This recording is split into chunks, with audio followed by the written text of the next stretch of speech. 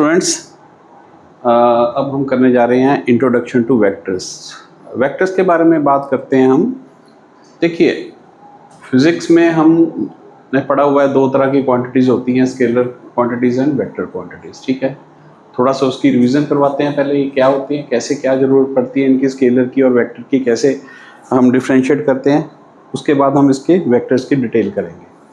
देखिए, हम बाज़ार में जाते हैं, चीनी लेते हैं 2 kg 4 kg, ठीक है, ऐसे कपड़ा लेते हैं 10 मीटर 2 मीटर 3 मीटर। कहीं जाते हैं, डिस्टेंस अगर मैंने इसका लेंथ मेज़र करनी है 1/2 मीटर या 50 सेंटीमीटर, कैसे भी है, यहाँ पे कोई भी हमें डायरेक्शन की ज़रूरत नहीं पड़ रही। अब जैसे कि मैं एक एग्जांपल देता हूँ आपको, हम पटियाला में हैं। अब पटियाला से यहाँ नाभा है अप्रॉक्सीमेटली 30 किलोमीटर, समाना ये भी 30 किलोमीटर, राजपुरा ये भी 30 किलोमीटर।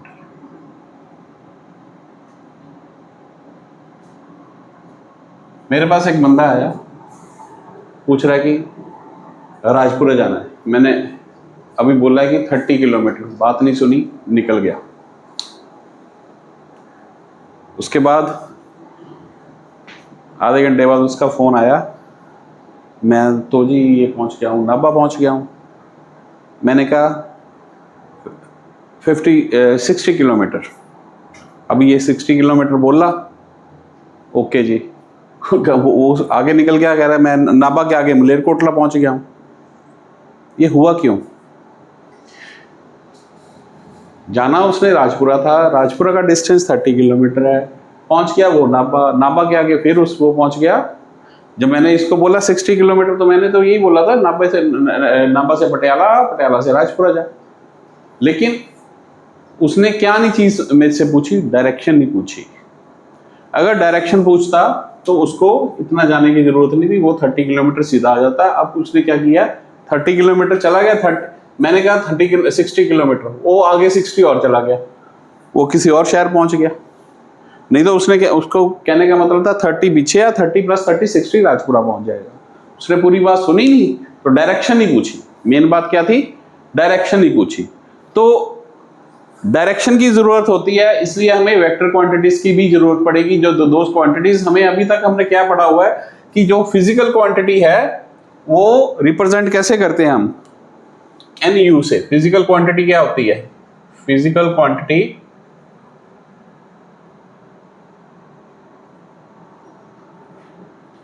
NU। N क्या होता है, मैग्नीट्यूड या न्यूमेरिकल वैल्यू, और U होता है यूनिट। 2 kg 3 kg, ये अगर हम चीनी लेते हैं मार्केट से तो ये कर लेते हैं। अगर 2 kg ली और 3 kg ली, टोटल कितना आ गया हमारे पास, प्लस किया 5 kg। ये सारी स्केलर क्वांटिटी है, इनकी स्केल जो मेजरमेंट है वो बता देते हैं। अब हमारी आ गई वेक्टर क्वांटिटी। अब स्केलर और वेक्टर क्वांटिटी क्या है, स्केलर क्वांटिटीज अगर डिफरेंस देखें, हमने पढ़ा हुआ है, 9th में भी पढ़ा है। जब हम फिजिक्स हमारी शुरू होती है, एक्चुअल फिजिक्स 9th क्लास से शुरू हो जाती है। स्केलर क्वांटिटीज और वेक्टर क्वांटिटीज में हम क्या पढ़ते हैं, ये वेक्टर क्वांटिटीज आ गई। स्केलर क्वांटिटीज में ओनली मैग्नीट्यूड, सिर्फ मैग्नीट्यूड होता है और कुछ नहीं होता। हमें सिर्फ उसकी मेजरमेंट बतानी होती है, हमें चीज मिल जाती है और कुछ नहीं फर्क पड़ता। जैसे mass 2 kg 3 kg, length 2 metre 3 metre 4 metre, time कितने घंटे लगेंगे, 2 घंटे। 2 घंटे की ये क्लास होगी, 2 घंटे की आगे मैथ्स की क्लास होगी, टोटल 4 घंटे हो गए। Means these follows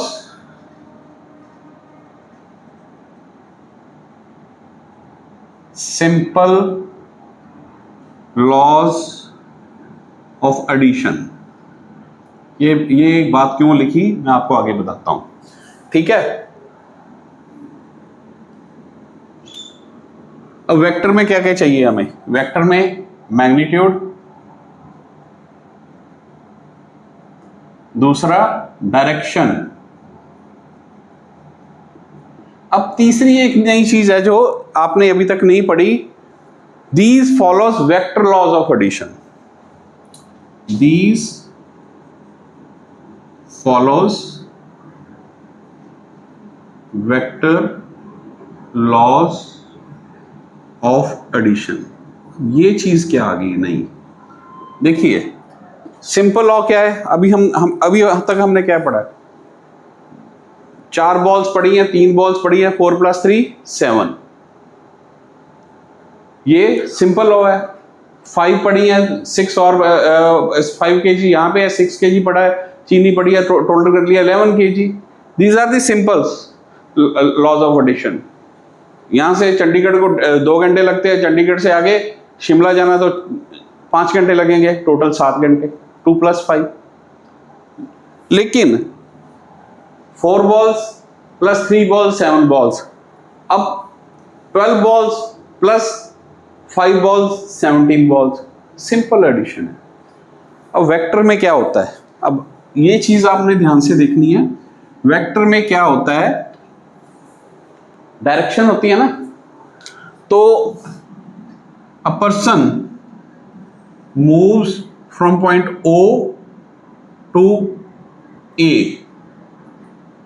in the direction E। ये यहां पे अब डायरेक्शन बना लेते हैं, ये है नॉर्थ, साउथ, ईस्ट, वेस्ट।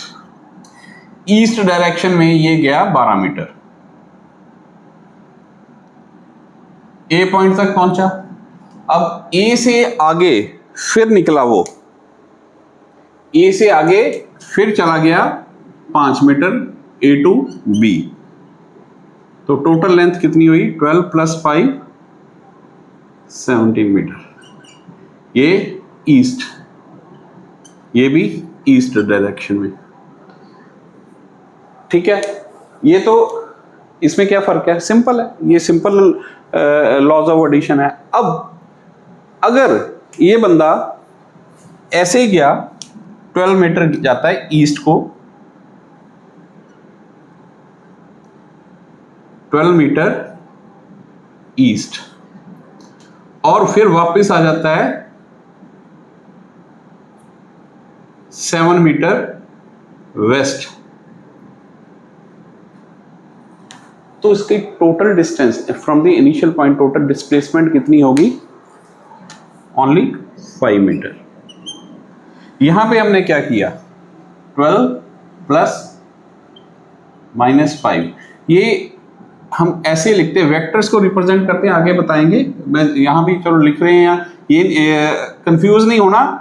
ये नहीं है कि ईस्ट जा रहा है तो इसलिए ये डायरेक्शन है, अगर वेस्ट जाएगा तो भी ये डायरेक्शन ही होगी। 5 वेस्ट जा रहा है तो डायरेक्शन होगी, लेकिन आगे पढ़ेंगे क्या। अब आप लोग बोलोगे कि ये तो माइनस करना चाहिए, 5 मीटर आया, हमने 5 माइनस किया, तो मैंने प्लस माइनस बेसिकली कर एडिशन है, उसका रिजल्ट आ रहा है माइनस वाला, ये आया। ठीक है, तीसरा केस आता है, ये बंदा 12 मीटर ईस्ट जाके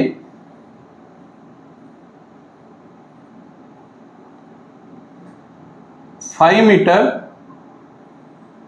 साउथ चला गया। पहले ईस्ट गया, फिर 5 मीटर साउथ गया। अब इसका इनिशियल पॉइंट से डिस्टेंस कितना हुआ? O, A और B, और ये निकालना हमारा, ये पता ही है डिस्प्लेसमेंट जो है कैसे निकालेंगे, ये पढ़ो। अब ये कितना आएगा? 12 का स्क्वायर, 5 का स्क्वायर 169, ये 13 आ गया। अब ये देखिए, अगर हमारे पास 12 बॉल्स + 5 बॉल्स, वो 17 बॉल्स आई, जो एडिशन हम पढ़ रहे हैं। लेकिन यहां पे क्या आ रहा है? यहां पे 12 + 5 17 भी आया, 12 + 5 7 भी आया, 12 + 5 13 भी आया।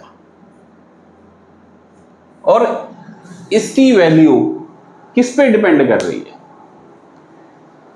इसकी वैल्यू डायरेक्शन पे नहीं डिपेंड कर रही, किसी पे डिपेंड नहीं कर रही, सिर्फ और सिर्फ एंगल पे डिपेंड कर रही है।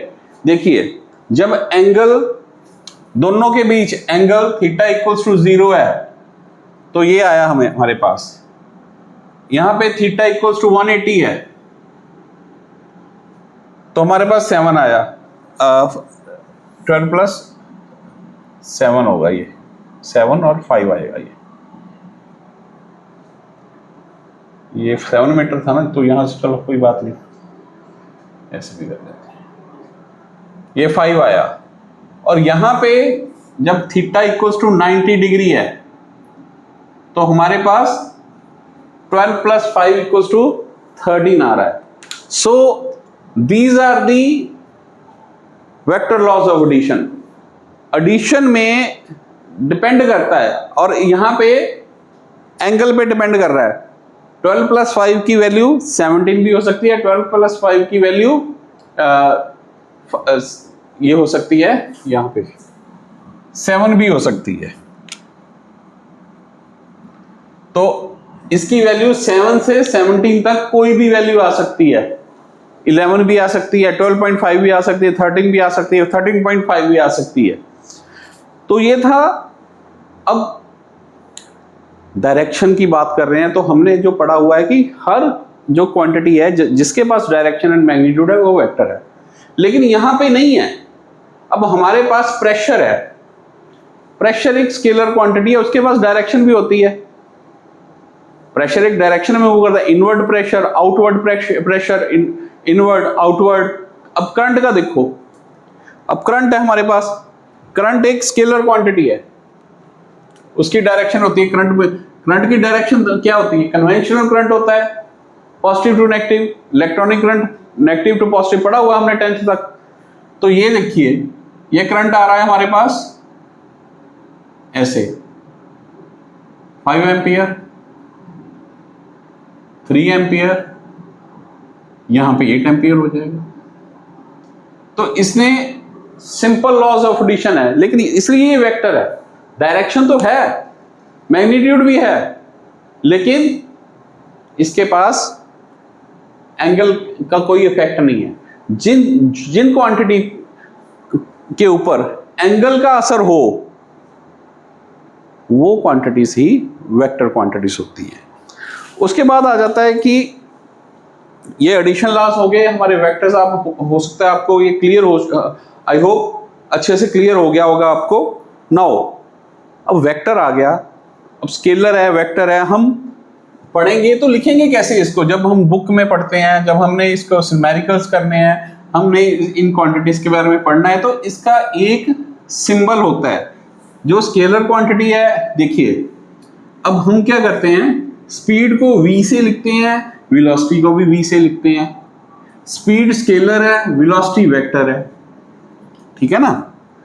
तो उसके लिए एक नोटेशन बनाई हमने, v। अगर तो इसके ऊपर एक एरो डाल देते हैं, एक एरो डालेंगे तो ये होगा वेक्टर v। इसका मतलब है this is velocity, this quantity is having direction as well as magnitude, ठीक है? आगे पढ़ेंगे ये एंगल में कैसे वेरिएशन, वो नेक्स्ट करेंगे जब आएगा।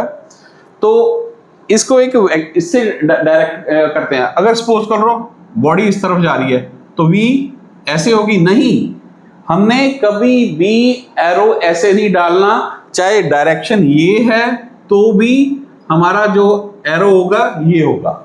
ये एक्चुअल डायरेक्शन को डिपिक्ट नहीं करता, एक्चुअल डायरेक्शन को नहीं बताता एरो। एरो हमारा सिर्फ ऐसे ही होगा। और एरो में क्या है? एरो में एक टेल है, एक हेड है। जो इसकी जो हेड है वो क्या बताता है? वो डायरेक्शन बताता है। इट टेल्स अबाउट दी, ये एरो का हेड है, इट टेल्स अबाउट डायरेक्शन। और ये जो टेल है, टेल टेल्स अबाउट मैग्नीट्यूड। ये ग्राफिकल, ये अगर तो हमने वैसे लिख रहे हैं एनालिटिकल में तो ऐसे लिखते हैं, ग्राफिकल रिप्रेजेंटेशन है ये। This is graphical representation of vectors, graphical representation.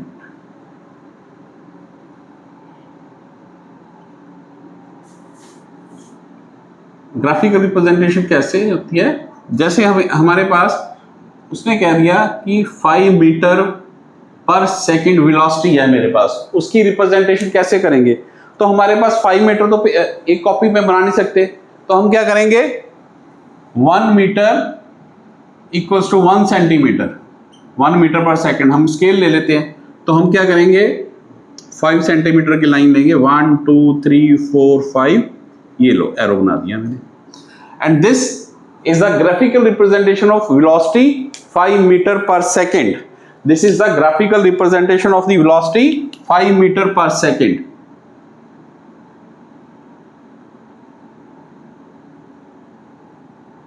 ठीक है? Now, this is a representation. We represent vectors with the arrow. ठीक है? ये arrow हो गया। इसका मतलब क्या है कि ये क्वांटिटी, अगर मेरे पास A क्वांटिटी एक ऐसे दी हुई है, एक ऐसे दी हुई है, इसका मतलब ये वेक्टर है। वेक्टर में क्या क्या होगा, मैग्नीट्यूड प्लस डायरेक्शन, और this is a scalar quantity, इसमें क्या होता है, ओनली मैग्नीट्यूड। ये हमारी रिप्रेजेंटेशन हो गई वेक्टर की। अब वेक्टर में हमारे पास मैग्नीट्यूड भी है, डायरेक्शन भी है। तो मैग्नीट्यूड अगर अकेला रिप्रेजेंट करना, अभी एक लिखते हैं आप, अभी मैग्नीट्यूड ऑफ ए वेक्टर क्या होता है, कैसे रिप्रेजेंट करते हैं उसको।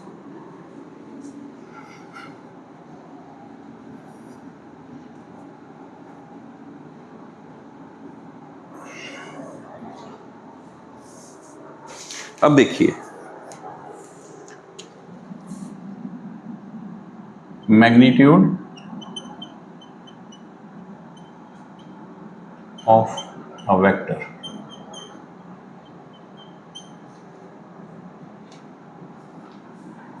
Magnitude of vector. एक आदमी नॉर्थ डायरेक्शन में 40 किलोमीटर गया। नॉर्थ डायरेक्शन कैसे होगी, ये वाली, 40 किलोमीटर गया, means S, this is a vector quantity because we have given the, we have magnitude as well as the direction। ये नॉर्थ है, यही होती है ना, नॉर्थ साउथ वेस्ट ईस्ट। तो ये है हमारे पास फुल वेक्टर। जो अगर इसका सिर्फ मैग्नीट्यूड बताना है तो मैं इसको अगर ऐसे लिख दूं तो ये है, इसका मतलब क्या हुआ, this is the vector quantity without direction. This mod, अगर उसको मॉड में डाल देते हैं तो वो क्या है, वेक्टर क्वांटिटी विदाउट डायरेक्शन। ये सिर्फ उसकी मेजरमेंट बता रहा है, मैग्नीट्यूड बता रहा है। This is the, so magnitude of displacement कैसे होगा, S इक्वल्स टू, ये देखिए 40 किलोमीटर इन नॉर्थ, कैसे रिप्रेजेंट करेंगे, लाइक दिस। अगर अकेला करेंगे तो ये नहीं है, टेक्निकली दिस इज रॉन्ग, ये एक स्केलर है, हमें इस तरह करना है, लेकिन कई जगह पे ऐसे ही लिख देते हैं, टेक्निकली इट इज रॉन्ग। अगर मैग्नीट्यूड रिप्रेजेंट करना है वेक्टर का तो हमें मॉड डालना ही होगा। This is the magnitude of A vector. आगे आ जाता है एक बड़ा इंपॉर्टेंट पार्ट है यूनिट वेक्टर।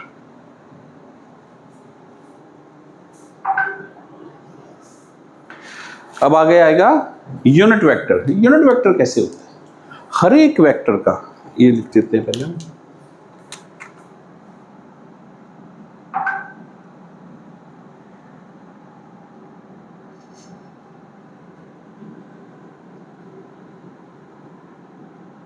ये बड़ा इंपॉर्टेंट पार्ट है, unit vector of A vector. ये देखिए मैंने लिखा, अगर हमारे पास फोर्स है 10 Newton, force is a vector.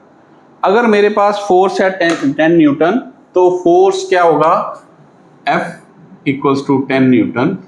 तो इसका भी एक यूनिट वेक्टर है, it has a unit vector. Velocity है मेरे पास 10 मीटर पर second, it has a unit vector.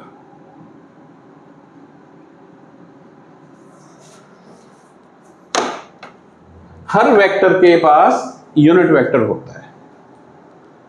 अब यूनिट वेक्टर कैसे निकलेगा, सपोज अ पर्सन मूव्स, फिर 40 किलोमीटर इन वेस्ट ले लेते हैं, हर बार ईस्ट ले रहे हैं, 40 किलोमीटर इन वेस्ट, ऐसे गया, तो ये होगा इसका, ऐसे देखें, चाहे वेस्ट जा रहा है, हमने एरो जो ऐसे ही डालना है।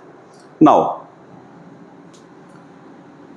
इसको मैं लिख दूं अगर S इक्वल्स टू 40, अब यूनिट वेक्टर का मैग्नीट्यूड क्या होता है, कैसे लिखेंगे, इसका मैग्नीट्यूड क्या है 40 किलोमीटर, तो यूनिट का 1 होगा ना, तो इसको मैं लिख दूं 40 इंटू 1 मीटर इन वेस्ट डायरेक्शन लिख सकता हूं मैं। तो 40 किलोमीटर, 40 तो हो गया magnitude, 1 kilometre in west direction, it is the unit vector. And the unit vector का फंक्शन क्या है, यूनिट वेक्टर गिव्स डायरेक्शन देता है। ये 40 किलोमीटर को मैंने उसका बना दिया, यानी कि ये 40 है तो मैंने ये एक बना दिया, ये एक वेक्टर यहां बना दिया, दिस इज यूनिट वेक्टर, जिसका क्या है 1 किलोमीटर, मैग्नीट्यूड क्या है 1 यूनिट। अगर ये 40 की जगह, अब देखिए, अब 1 है ना, 1 को मैं 2 से मल्टीप्लाई करूं तो ये 2 किलोमीटर बन जाएगा, 1 को 3 से मल्टीप्लाई करेंगे 3 किलोमीटर बन जाएगा, ऐसे ऐसे करते 1 को n से करें तो n किलोमीटर बन जाएगा।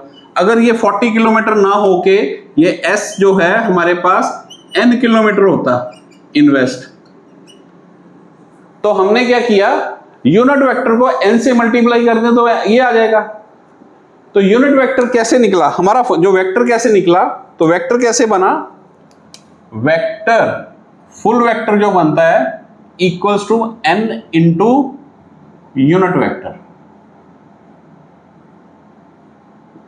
अब यूनिट वेक्टर ये देखिए, अब ये S है, ये वेक्टर है, अब इसका जो यूनिट वेक्टर है S फुल वेक्टर है, इसका मैग्नीट्यूड 40 है, और इसका जो यूनिट वेक्टर है उसको रिप्रेजेंट कैसे करेंगे, उसको रिप्रेजेंट करेंगे S, इसके कैप, हम इसके ऊपर क्या डालेंगे, ये क्या है कैप, रिप्रेजेंटेशन ऑफ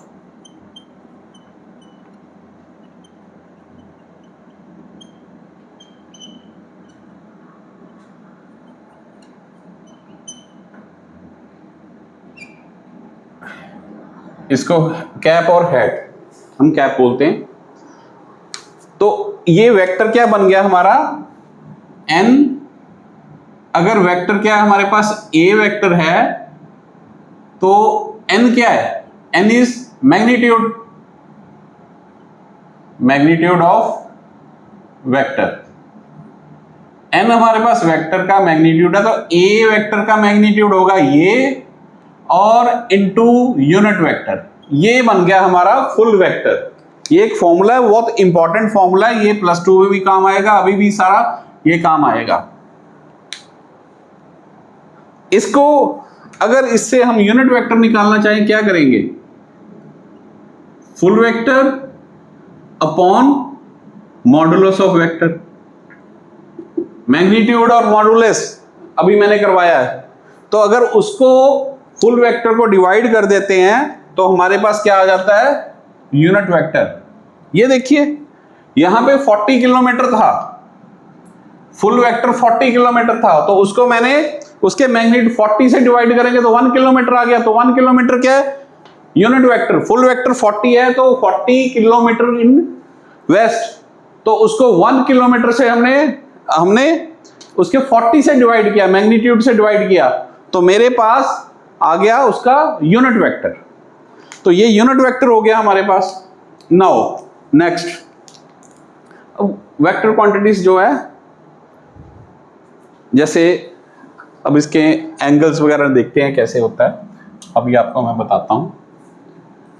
हमने मैग्नीट्यूड कर लिया, यूनिट वेक्टर कर लिया, वेक्टर्स कैसे होते हैं, वेक्टर्स की एडिशन की कर ली। ये अब एंगल है, आगे वाला इंपॉर्टेंट है बहुत ज्यादा, ये भी देखना। ये सारी की सारी इंपॉर्टेंट ही चीजें जो मैं बता रहा हूं। ये देखिए, हम थोड़ा सा पहले रिप्रेजेंटेशन में ही देख लेते हैं। हमारे पास डायरेक्शंस होती हैं, जैसे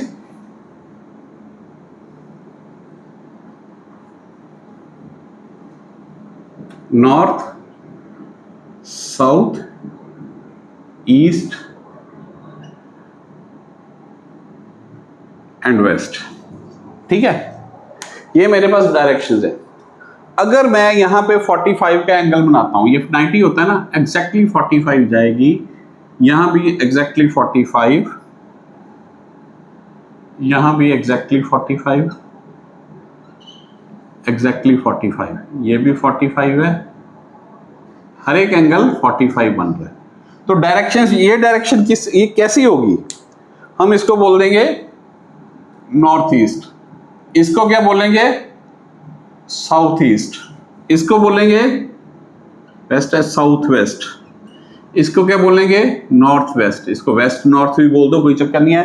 कन्वेंशन बनी हुई है, वो नॉर्थ और साउथ को ले लेते हैं, तो इसलिए ये आ गया 45 है। तो अगर मैं बोल दूं कि ईस्ट से 45 है तो उसकी डायरेक्शन क्या है, एक बॉडी जा रही है ईस्ट डायरेक्शन से 45, तो आप बोल दोगे 45 डिग्री नॉर्थ ईस्ट या 45 डिग्री, या नॉर्थ से बोल दो, दोनों से 45 है, कोई फर्क नहीं पड़ेगा। लेकिन अगर मेरे पास यही ऐसे आ जाए,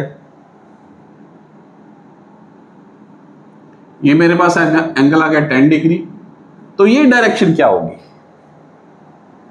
ये डायरेक्शन क्या होगी, ये ईस्ट से 10 डिग्री है टुवर्ड्स नॉर्थ, इसको नॉर्थ ईस्ट नहीं बोलेंगे, इसको लिखेंगे 10 डिग्री नॉर्थ ऑफ ईस्ट,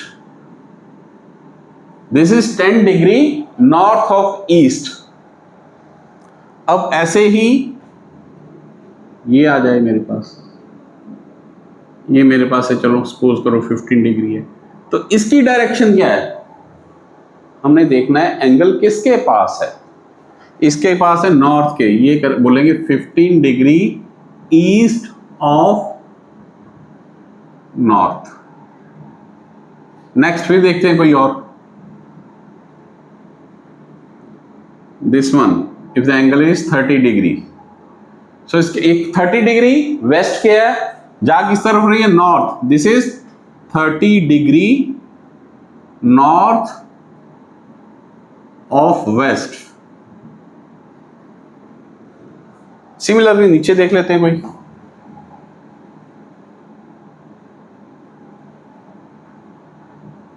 ये 60 डिग्री है, तो ये बोलेंगे 60 डिग्री साउथ ऑफ, 60 डिग्री यहां से ले लेंगे साउथ ऑफ ईस्ट, या इसको ये बोल सकते हैं इसके नजदीक क्या 30 डिग्री साउथ ऑफ ईस्ट, हाँ ये लिखना था ईस्ट ऑफ साउथ।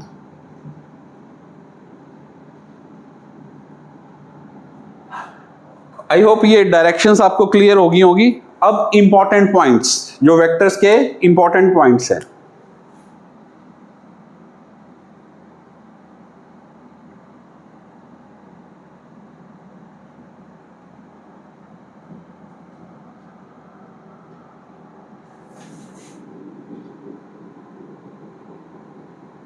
ये देखिए, सबसे पहले the vectors remain unchange if it is rotated through 360 degree. ये देखिए, ये वेक्टर है, इसको मैंने घुमाया, ये वेक्टर ऐसे है, ये टेल है, ये हेड है, तो इसको 360, 90, 180, 270, 360 घुमाया तो इसको कोई फर्क नहीं पड़ेगा।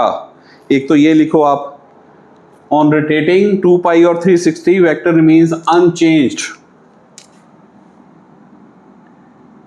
If we rotate vector to 360 degree और 2 पाई रेडियंस, हम 2 पाई रेडियंस करते हैं ना, इट रिमेन्स अनचेंज्ड। नाउ दूसरा, angle between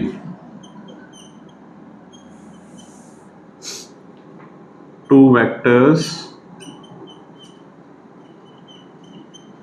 is the shortest of the two angles.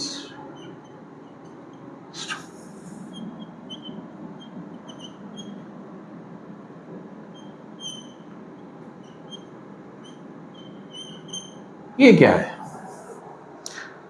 ये भी लिख लेते हैं, 0 degree is less than theta is less than 180 degree. इसका मतलब क्या हुआ, देखिए जो वेक्टर्स के बीच में एंगल होता है हमेशा उसकी दो टेल्स जोड़ते हैं तो एंगल बनता है।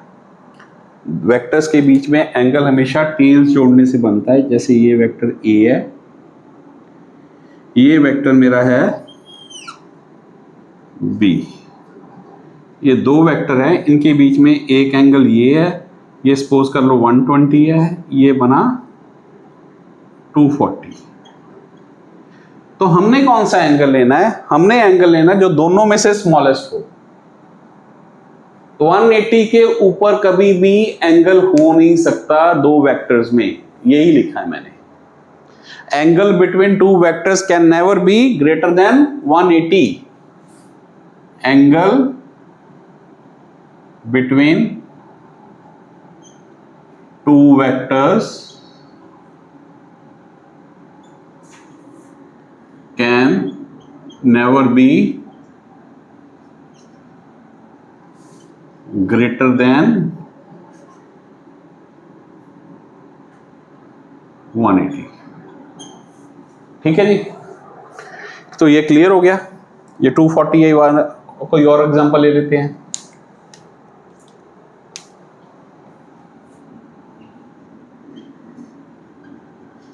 बी ए, अब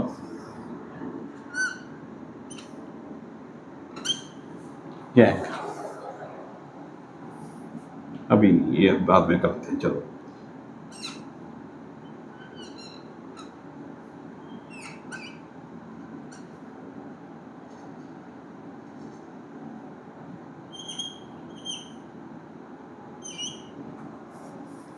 कौन सा एंगल होगा, ऑब्वियसली जो छोटा है 140 डिग्री। ठीक है, next is parallel shifting of vectors. Angle के बारे में बता दिया, अब आता है parallel shifting of vectors.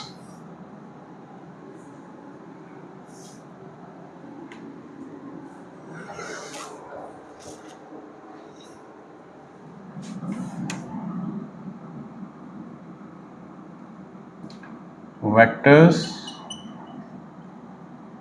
can be shifted parallelly, which is called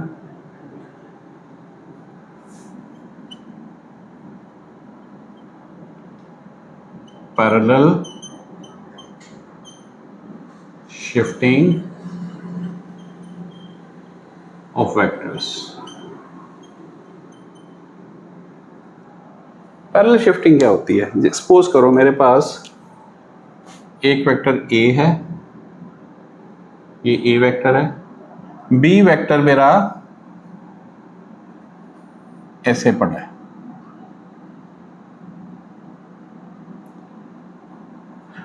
तो मैं इस वेक्टर को चाहे तो मैं ऐसे पीछे ले जाऊं, चाहे मैं ऊपर ले जाऊं, चाहे आगे ले जाऊं, चाहे ऐसे नीचे ले जाऊं, provided its direction means angle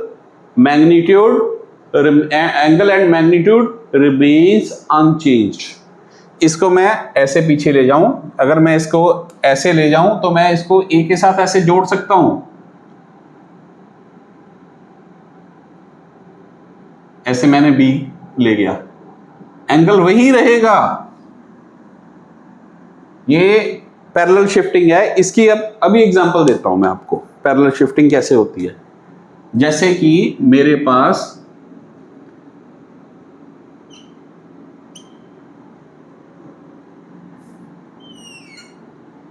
ये 140 डिग्री है, ये वेक्टर ए है, ये वेक्टर, अब एंगल क्या होगा? Angle between two vectors, find angle between two vectors.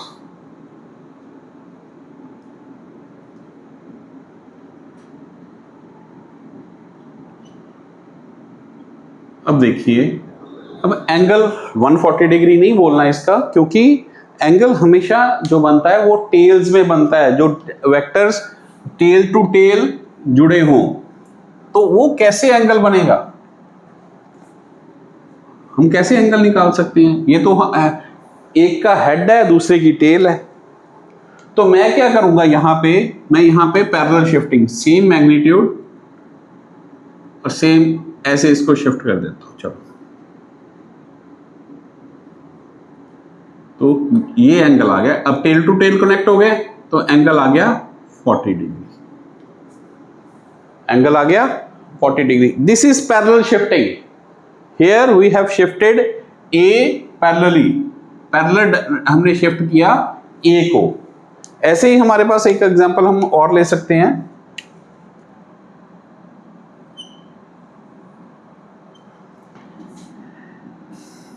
मेरे पास है एक ये वेक्टर है, एक ये वेक्टर है,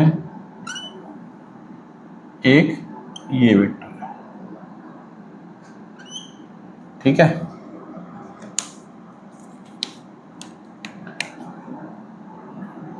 A B C 20 degree,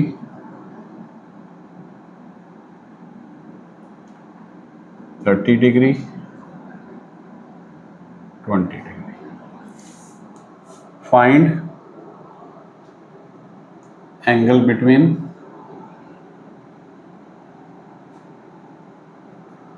A and B, number 2 B and C, number 3 A and C। कैसे करेंगे? सबसे पहले हमने देखना है टेल टू टेल कनेक्ट क्या हो रहे हैं। B and C तो हो रहे हैं ना, तो B and C का सबसे पहले निकाल देते हैं। देखिए, ये 20 है, टोटल 90, ये 70 आ गया, तो बी एंड सी का कितना आया? 90 डिग्री। ये हो गया। अब ए एंड बी, अब देखिए ए एंड बी जो है वो कैसे कर रहे हैं? ए बी, ये हेड है इसका, तो मैंने क्या करना है कि इसको पैरेलल शिफ्ट करते हैं, इसको आगे ले जाते हैं, सेम आगे ले गए। अब ये वाला एंगल कितना आया? 30 डिग्री, ये 30 आ गया। अब ये एंगल कौन सा बन गया? ए वेक्टर ए है, ए और बी में 30 + 2 20, 50 डिग्री आंसर आ गया इसका। ऐसे ही हमने ए एंड सी, ए को पैरेलल, इसके भी हेड एंड टेल कर रहे हैं, टेल टू टेल नहीं है, तो ये पैरेलल शिफ्ट हम पहले कर चुके हैं। ये 30 है, ये पूरा कितना आएगा 60, और ये वाला कितना हो गया 60 निकालना था हमने, ये दोनों आ गए, ये 60 आ गया, बस ये 60 डिग्री आ गया। तो this is the method of parallel shifting of vectors. इसके बाद हमारा आ जाएगा, हमने ये कर लिया, पैरेलल शिफ्टिंग कर ली, मॉडुलस कर लिया, यूनिट वेक्टर कर लिया। Now like vectors. अब लाइक वेक्टर्स क्या होते हैं?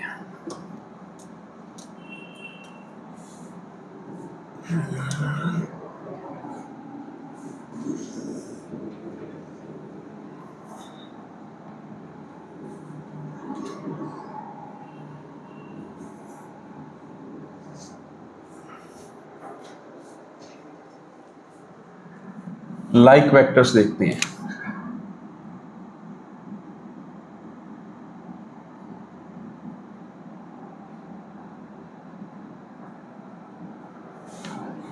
Vectors of same quantity having same direction.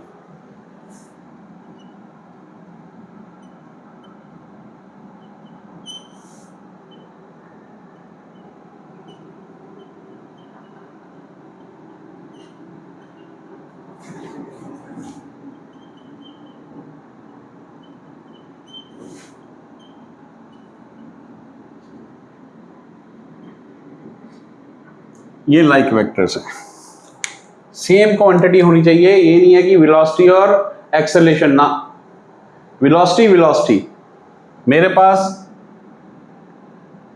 एक वेलोसिटी ये है, एक वेलोसिटी ये है, डायरेक्शन सेम है, क्वांटिटी सेम है, these are like vectors. Magnitude, ये v1 कर लें, ये v2 कर लें,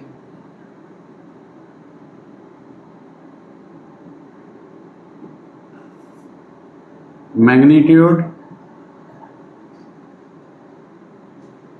of v1 and v2 may or may not be same, may not be equal।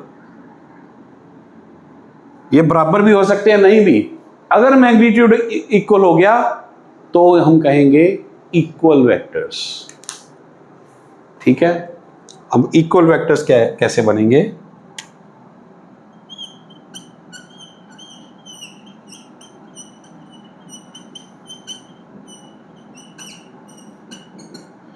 those like vectors which have equal magnitude.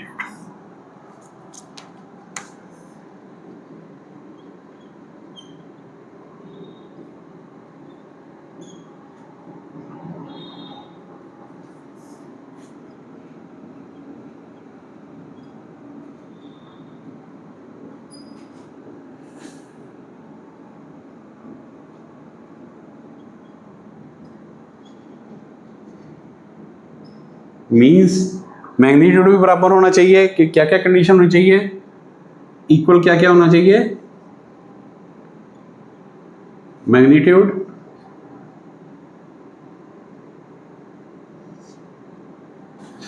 Equal magnitude, same direction and same quantity. Same quantity होनी चाहिए, different quantities कभी भी equal vectors नहीं हो सकते।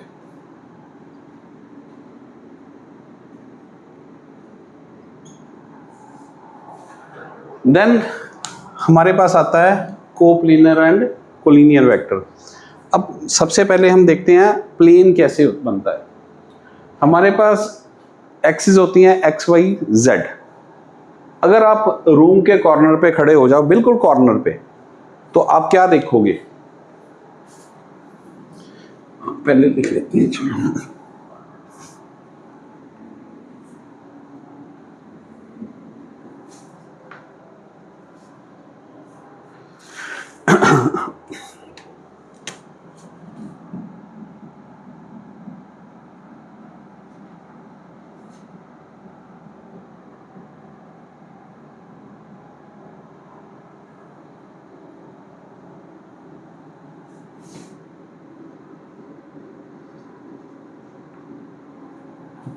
Plane पहले समझाता हूँ, प्लेन क्या होता है। हमारी एक्सिस ऐसे लेते हैं ना,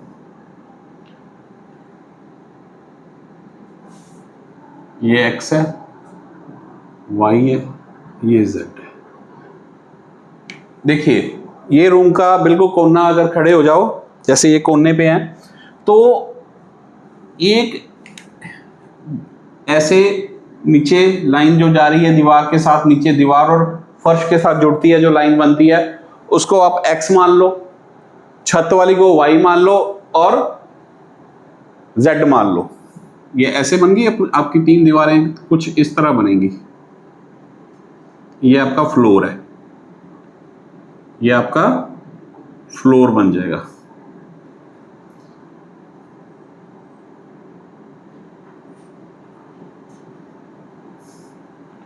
अब जैसे मेरी ये दीवार है, मैं ये दीवार पे मेरा ये बोर्ड लगा हुआ है, तो ये एक्स और वाई प्लेन है, ये एक्स वाई प्लेन बन गया।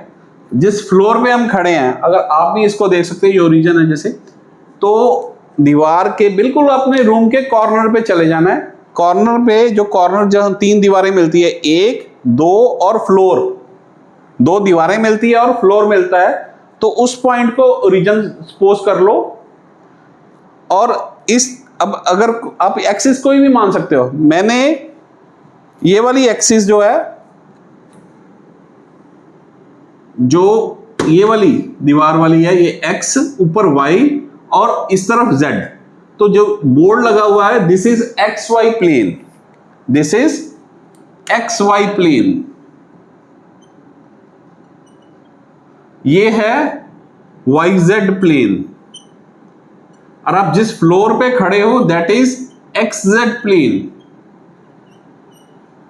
तो ये प्लेन हो गए। अब वेक्टर्स कोप्लेनर, जो वेक्टर्स एक ही प्लेन पे हो, जैसे ये दो वेक्टर्स हैं, ये दो प्लेन पे, इस प्लेन पे आएंगे, जैसे ये एक्स वाई प्लेन पे है।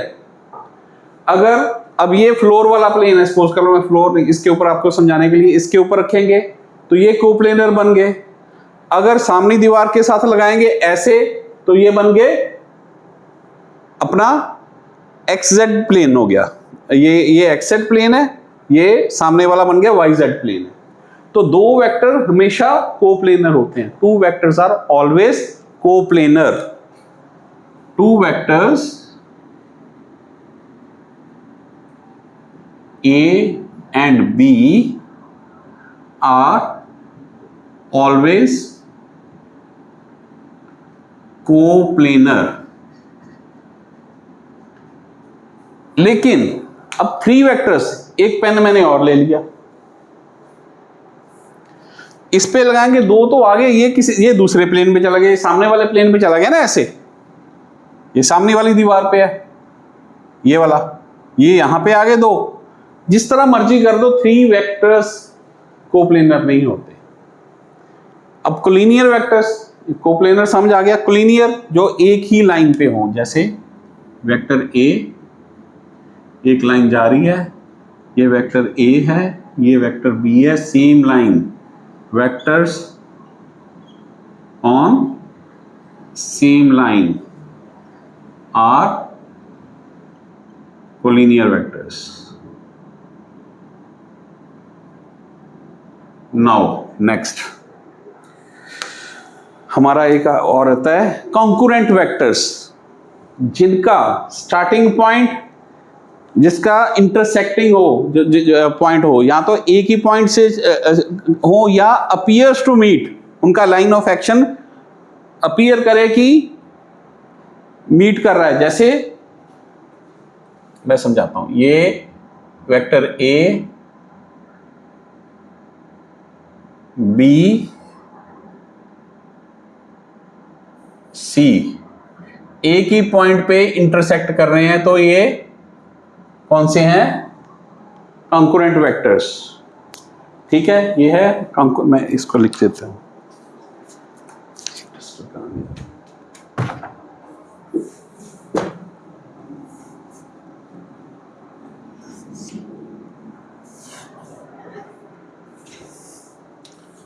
कॉन्करेंट वेक्टर्स,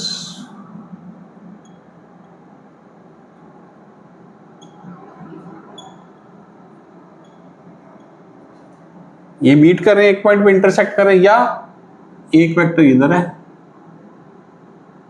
एक वेक्टर इधर है, एक वेक्टर इधर है। अब इसको अपीयर्स टू मीट ऐसे कर दें, और ये भी इसी पॉइंट से अगर इसका लाइन ऑफ एक्शन मीट करे तो ये concurrent vector.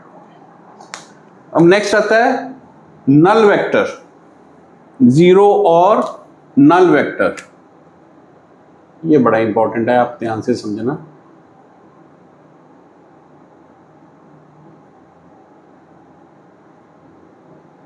A vector having zero magnitude, zero magnitude कैसे होता है? इज कॉल्ड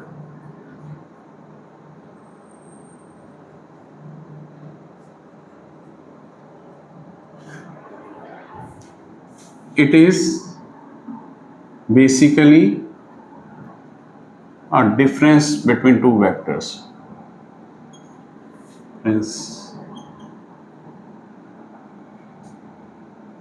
देखिए अब कैसे होता है ये, जैसे हमारे पास 4x minus 3x, 1x 4x minus 2x, 2x 4x minus 4x 0x। किसी वेक्टर को किसी वेक्टर से माइनस करेंगे तो वेक्टर ही रहेगा, चाहे उसका मैग्नीट्यूड 0 हो जाए। 4x माइनस 4x किया, 0x आ गया, ठीक है ना। अब एक लेंथ ली 4 metre, 4 metre minus 4 metre 0 metre, वो क्या आ गया? पॉइंट आ गया। पॉइंट इज ए, उसकी डायरेक्शन तो रहेगी, वेक्टर है तो वेक्टर अगर उसकी वो हम वेक्टर को माइनस कर रहे हैं, वेक्टर में मैग्नीट्यूड चाहे 0 हो जाए तो वो वेक्टर ही रहेगा, and that is known as null vector. इसकी एग्जांपल एक मैंने ये दी है कि अगर x में से 4x माइनस करेंगे तो 0x, x तो रहेगा ना, हम लिखें ना लिखें लेकिन x will remain there. So it is basically difference जब हम दो वेक्टर्स को माइनस करते हैं तब आता है। जैसे एक पॉइंट है, पॉइंट जैसे एक पूरा माइनस कर दें तो कई पॉइंट्स को मिला के लेंथ बनती है, तो उसका जो छोटा उसका जो होता है क्या है, मैग्नीट्यूड 0 हो जाता है। तो इसकी it can have any arbitrary direction, it can have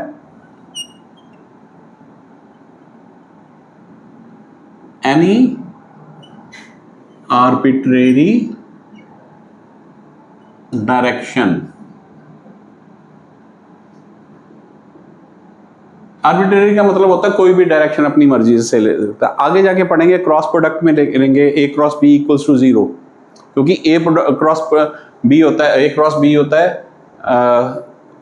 c vector के बराबर आता है, 0 भी आ सकता है, वो वेक्टर ही रहेगा। इसको डिटेल में आगे करेंगे। And I hope this completes your introduction two vectors.